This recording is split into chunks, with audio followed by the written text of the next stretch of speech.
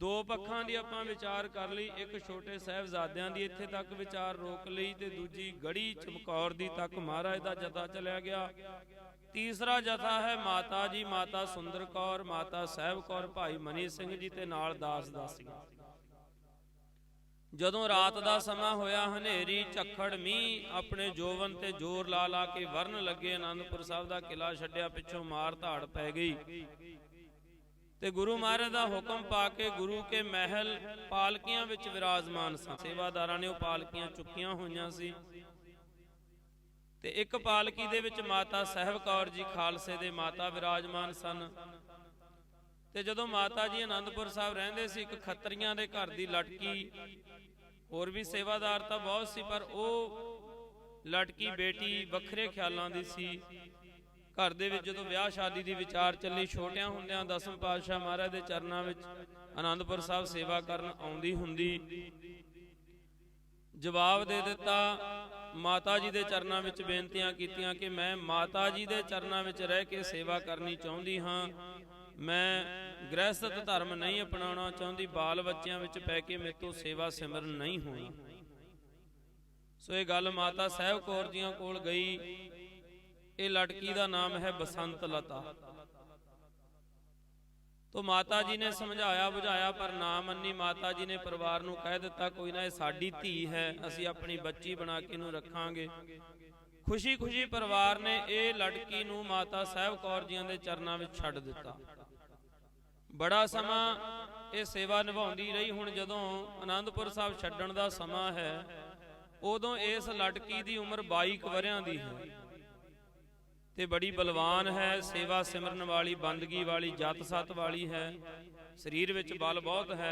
माता जी दा जिहड़ा आसन सी, माता जी दी पालकी जिहड़ी सेवादारां ने चुकी हुई सी, नाल नाल बसंत लता बीबी जा रही है, हत्थ विच नंगी तलवार फड़ी हुई है। माता साहिब कौर जी कहंदे हन, पुत्री तू भी आ जा, पालकी दे विच बह जा।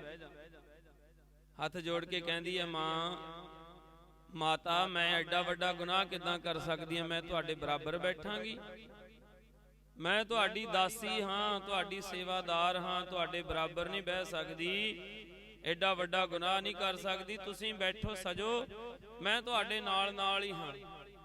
पैरां विच जुत्ती पाई होई सी, सो पथरीला रास्ता सी, उबड़ खाबड़ रास्ते, हनेरी रात है, कदे बिजली चमक जांदी है, अखां दी रोशनी खत्म कर जांदी है, कदे देखण लग जांदा है, कदे नहीं दिखदा।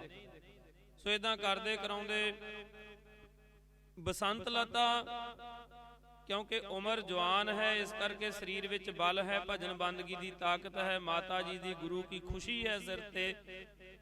मर्दां नूं मात पाउंदी होई शेरनी वांग दहाड़दी माता जी दी पालकी दे नाल दौड़ी जांदी है, कोई परवाह नहीं। सो सरसा दे कंढे ते जदों पहुंचे, पिछों मारो धाड़ पै गई, घोड़ियां ते सवार होके मुगल फौजां नाल पहुंच गईयां। सेवादार माता जी दी पालकी चुक के दौड़दे जांदे हन ते एक पत्थर दे विच ठेडा लगा, बीबी बसंत लता दा सिर थल्ले वज्जिया, बेहोश हो गई, अखां मूहरे हनेरा आ गया। जदों नूं उठी है उदों नूं माता जी और सेवादार दूर लंघ गए।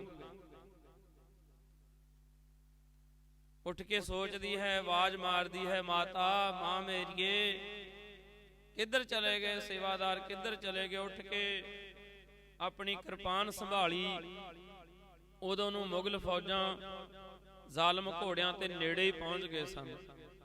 ते जदों बिजली दी लश्कोर पई, बीबी बसंत लता दा चेहरा भजन दे प्रताप दे नाल दग दग करदा सी, लिशकिया ते उन्हां नूं पता लगा भी शायद कोई गुरु के महल ही हन। उन्हां ने आके घेरा पा लिया। बीबी बसंत लता ने दोहें हत्थां दे नाल अपनी सरी साहब शमशीर संभाल लई, एक दो नूं झटकाया भी, मुकाबला कीता, पर एक अबला औरत दा इन्हां ज़ालमां अगे किन्ना क समां जोर चलदा। उन्हां ने बीबी बसंत लता नूं दबोच लिया, फड़ लिया, फड़ के समुंद खान फौजदार दे कोल लै गए। वो बड़ा माड़ा बंदा सी, दुष्ट सी, पापी सी। उन्हें जदों बीबी बसंत लता नूं देखिया ਉਹਨੇ ਸੋਚਿਆ ਵੀ ਸ਼ਾਇਦ ਇਹ ਗੁਰੂ ਕੇ ਮਹਿਲ ਹਨ। ਉਹਨਾਂ ਨੂੰ ਇਨਾਮ ਦਿੱਤਾ ਜਿਹੜੇ ਫੜ ਕੇ ਲੈ ਕੇ ਗਏ ਸਨ। ਸੋ ਇਹਨੇ ਪੇਸ਼ਕਸ਼ ਰੱਖੀ ਵੀ ਤੂੰ ਮੇਰੀ ਬੇਗਮ ਬਣ, ਮੈਂ ਤੈਨੂੰ ਮਹਿਲਾਂ ਵਿੱਚ ਨਿਵਾਸ ਦਊਂ। ਇਹ ਉਹ ਕਈ ਹੱਥ ਕੰਡੇ ਅਪਣਾਏ, ਪਰ ਬੀਬੀ ਬਸੰਤ ਲਤਾ ਕਹਿਣ ਲੱਗੀ ਮੈਂ ਪ੍ਰਣ ਕੀਤਾ ਹੈ ਗੁਰੂ ਕੇ ਚਰਨਾਂ ਦੇ ਵਿੱਚ, ਮੇਰੀ ਜਾਨ ਬੇਸ਼ੱਕ ਚਲੀ ਜਾਵੇ ਕੋਈ ਪਰਵਾਹ ਨਹੀਂ, ਖੁਸ਼ੀ ਖੁਸ਼ੀ ਮੈਂ ਪ੍ਰਾਣ ਦੇਣ ਨੂੰ ਤਿਆਰ ਹਾਂ, ਪਰ ਇਹ ਨਹੀਂ ਹੋ ਸਕਦਾ ਮੈਂ ਦੀਨੋਂ ਬੇਦੀਨ ਹੋਵਾਂਗੀ। ਮੈਂ ਗੁਰੂ ਕੇ ਚਰਨਾਂ ਵਿੱਚ, ਮਾਤਾ ਜੀ ਦੇ ਚਰਨਾਂ ਵਿੱਚ ਸੇਵਾ ਨਿਭਾ ਕੇ ਆਪਣਾ ਜੀਵਨ ਸਫਲਾ ਕਰਨਾ ਚਾਹੁੰਦੀ ਸੀ, ਪਰ ਸਮੇਂ ਨੂੰ ਇਹ ਨਹੀਂ ਪਾਇਆ। ਕੋਈ ਗੱਲ ਨਹੀਂ, ਮੈਨੂੰ ਮੇਰੇ ਗੁਰੂ ਤੇ ਭਰੋਸਾ ਹੈ, ਮੇਰੀ ਮਾਂ ਤੇ ਮੈਨੂੰ ਭਰੋਸਾ ਹੈ। ਅੱਜ ਵੀ ਮੈਂ ਉਹਨਾਂ ਦੇ ਚਰਨਾਂ ਵਿੱਚ ਹੀ ਹਾਂ, ਉਹਨਾਂ ਦੇ ਚਰਨਾਂ ਵਿੱਚ ਹੀ ਰਵਾਂਗੀ, ਮੇਰੀ ਰੱਖਿਆ ਕਰਨਗੇ, ਮੇਰੀ ਇੱਜ਼ਤ ਰੱਖਣਗੇ। ਜਦੋਂ ਨੇ ਸੁਣਿਆ ਉਹ ਕਹਿੰਦਾ ਤੂੰ ਗੁਰੂ ਕੇ ਮਹਿਲ ਨਹੀਂ, ਤੂੰ ਕੋਈ ਦਾਸੀ ਹੈ?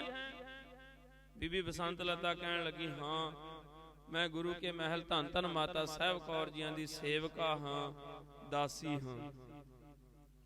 ਸੋ ਪਰ ਫਿਰ ਵੀ ਇਹਨਾਂ ਨੇ ਡਰਾਇਆ ਧਮਕਾਇਆ ਤੇ ਬੀਬੀ ਬਸੰਤ ਲਤਾ ਨੂੰ ਡੁਲਾਉਣਾ ਚਾਹਿਆ ਵੀ ਤੂੰ ਨਿਕਾਹ ਕਰ ਮੇਰੇ ਨਾਲ। ਸਮੁੰਦ ਖਾਨ ਕਹਿੰਦਾ ਬੀਬੀ ਬਸੰਤ ਲਤਾ ਜਦੋਂ ਨਾ ਮੰਨੀ, ਫਿਰ ਇਹਨੂੰ ਹਨੇਰੀ ਕੋਠੜੀ ਦੇ ਵਿੱਚ ਕੈਦ ਕਰ ਦਿੱਤਾ ਗਿਆ, ਜਿੱਥੇ ਕਿ ਸਲਾਬ, ਚੂਹੇ, ਠੂਹੇ, ਬਿੱਛੂ ਆਦਿਕ ਸਨ।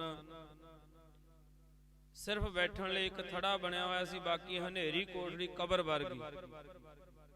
ਬੀਬੀ ਬਸੰਤ ਲਤਾ ਇੱਥੇ ਬੈਠੀ ਹੈ, ਹਨੇਰਾ ਹੋ ਗਿਆ, ਚਾਰ ਚਫੇਰੇ ਹੱਥ ਮਾਰਿਆ ਕੁਝ ਨਹੀਂ ਦਿਖਦਾ, ਇਉਂ ਲੱਗਦਾ ਵੀ ਅੰਨੀ ਹੋ ਗਈ ਹਾਂ। ਤੇ ਗੁਰੂ ਪਾਤਸ਼ਾਹ ਮਹਾਰਾਜ ਦੇ ਚਰਨਾਂ ਵਿੱਚ ਖਿਆਲ ਚਲਿਆ ਗਿਆ ਬੈਠੀ ਬੈਠੀ ਦਾ। ਇਹਨੂੰ ਲੱਗਾ ਵੀ ਮੈਂ ਆਨੰਦਪੁਰ ਸਾਹਿਬ ਤੋਂ ਆ ਰਹੀ ਹਾਂ ਮਾਤਾ ਜੀ ਦੇ ਨਾਲ। ਠੇਡਾ ਲੱਗਾ, ਬੇਹੋਸ਼ ਹੋਈ, ਇੱਕਦਮ ਅੱਖਾਂ ਖੁੱਲੀਆਂ, ਆਲੇ ਦਾਲੇ ਦਿਖਦਾ ਕੁਝ ਨਹੀਂ, ਦੌੜੀ ਇੱਧਰ ਨੂੰ, ਮਾਤਾ ਜੀ, ਮਾਤਾ ਜੀ, ਗੁਰੂ ਪਿਤਾ ਜੀ ਕਿੱਧਰ ਚਲ ਗਏ ਤੁਸੀਂ ਮੈਨੂੰ ਛੱਡ ਕੇ, ਕਿਰਪਾ ਕਰੋ ਮੇਰੇ ਤੇ।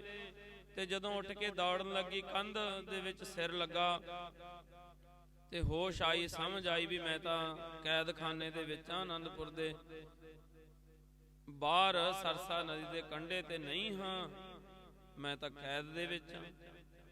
ਫਿਰ ਦੋਹੇ ਹੱਥ ਜੁੜ ਗਏ, ਥੜੇ ਤੇ ਬੈਠ ਕੇ ਮਹਾਰਾਜ ਦੇ ਪਾਵਨ ਚਰਨਾਂ ਦਾ ਧਿਆਨ ਕੀਤਾ। ਸੱਚੇ ਪਾਤਸ਼ਾਹ ਜੀ, ਮੈਂ ਭੋਲੇਪਣ ਦੇ ਵਿੱਚ ਪਰਨ ਕਰ ਬੈਠੀ ਵੀ ਆਪ ਜੀ ਦੇ ਚਰਨਾਂ ਵਿੱਚ ਰਹਾਂਗੀ, ਮਾਤਾ ਜੀ ਦੀ ਸੇਵਾ ਕਰਾਂਗੀ, ਸਾਰਾ ਜੀਵਨ ਪਵਿੱਤਰ ਰੱਖਾਂਗੀ, ਪਰ ਅੱਜ ਮਹਾਰਾਜ ਮੇਰੇ ਤੇ ਬਹੁਤ ਵੱਡੀ ਪ੍ਰੀਖਿਆ ਪੈ ਗਈ ਹੈ, ਪਰਚਾ ਪੈ ਗਿਆ, ਤੁਸੀਂ ਕਿਰਪਾ ਕਰੋ, ਮੇਰੀ ਰੱਖਿਆ ਕਰੋ, ਮੇਰੀ ਲਾਜ ਰੱਖਣੀ, ਮੇਰੇ ਪ੍ਰਾਣ ਭਲਾ ਚਲੇ ਜਾਣ ਪਰ ਮੇਰੀ ਇੱਜ਼ਤ ਨਾ ਜਾਵੇ। ਸੱਚੇ ਪਾਤਸ਼ਾਹ ਤੁਸੀਂ ਕਿਰਪਾ ਕਰਿਓ, ਬਾਜਾਂ ਵਾਲਿਓ ਸਹਾਈ ਹੋਇਓ ਮੈਨੂੰ। ਇਦਾਂ ਬੇਨਤੀਆਂ ਕਰ ਰਹੀ ਹੈ ਤੇ ਉਦੋਂ ਨੂੰ ਦੀਵੇ ਦੀ ਲੋਅ ਹੋਈ। ਇੱਕ ਦੀਵਾ ਲੈ ਕੇ ਕੋਈ ਬਜ਼ੁਰਗ ਮਾਤਾ ਆਈ ਹੈ, ਜੇਲ੍ਹ ਦੇ ਦਰਵਾਜ਼ੇ ਵਿੱਚ ਖੜੀ ਹੈ।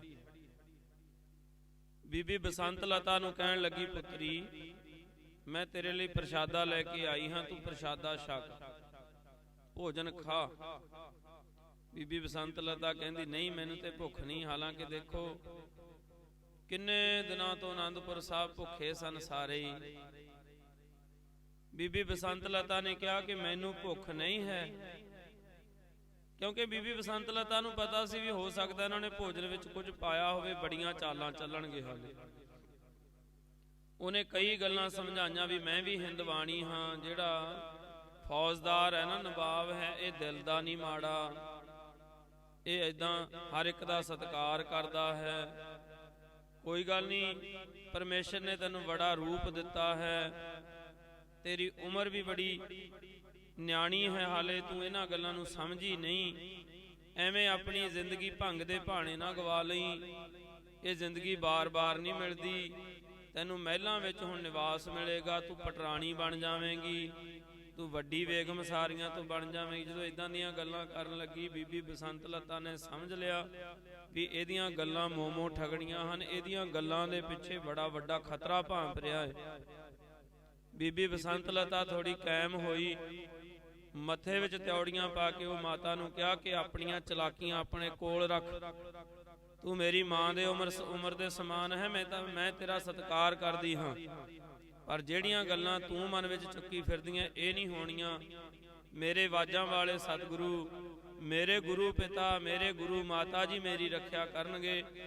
मेरा ये प्रण है, मेरी जिंदगी जाती है, श्वास जाते हैं, जी सद के चले जान, पर मेरा धर्म अपवित्र ना होवे, मेरा जत सत कायम रवे। जो मैं गुरु के चरणों में बेनती की, प्रण किया है, वो मेरा गुरु मेरा प्रण निभावेगा। मैनू पूर्ण भरोसा है मेरे गुरु ते।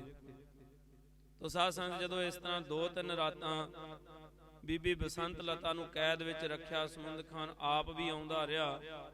फिर अखीर ते तुसीं पिछले साल भी सुनिया भी जदों आप समुंद खान आया, बीबी बसंत लता दी इज्जत नूं हथ पाउणा चाहया, ते उसे वेले फिर बाजां वाले सतगुरां ने खेड़ वरताई सी।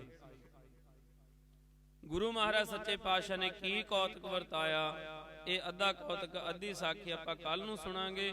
इधर गुरु गोबिंद सिंह महाराज सच्चे पातशाह अज दे दिन चमकौर दी गढ़ी दे विच मोर्चाबंदी करके डट जाते हैं। 5-5 ਸਿੰਘਾਂ ਦੇ जथे महाराज घलते रहते हैं। इधर बसंत लता समुंद खान की कैद दे विच है, उधर छोटे साहिबजादे और माता गुजर कौर जी अज दे दिन कुम्मे माशकी दे शन दे विचों तुर के दरिया पार करके कहते हैं गंगू नूं भी चल रोपड़ चलीए। गंगू कहता नहीं माता जी, रोपड़ वाली तो बहुत खतरा है, आपां मेरे पिंड चलते हैं, उत्थे तुसीं रहो।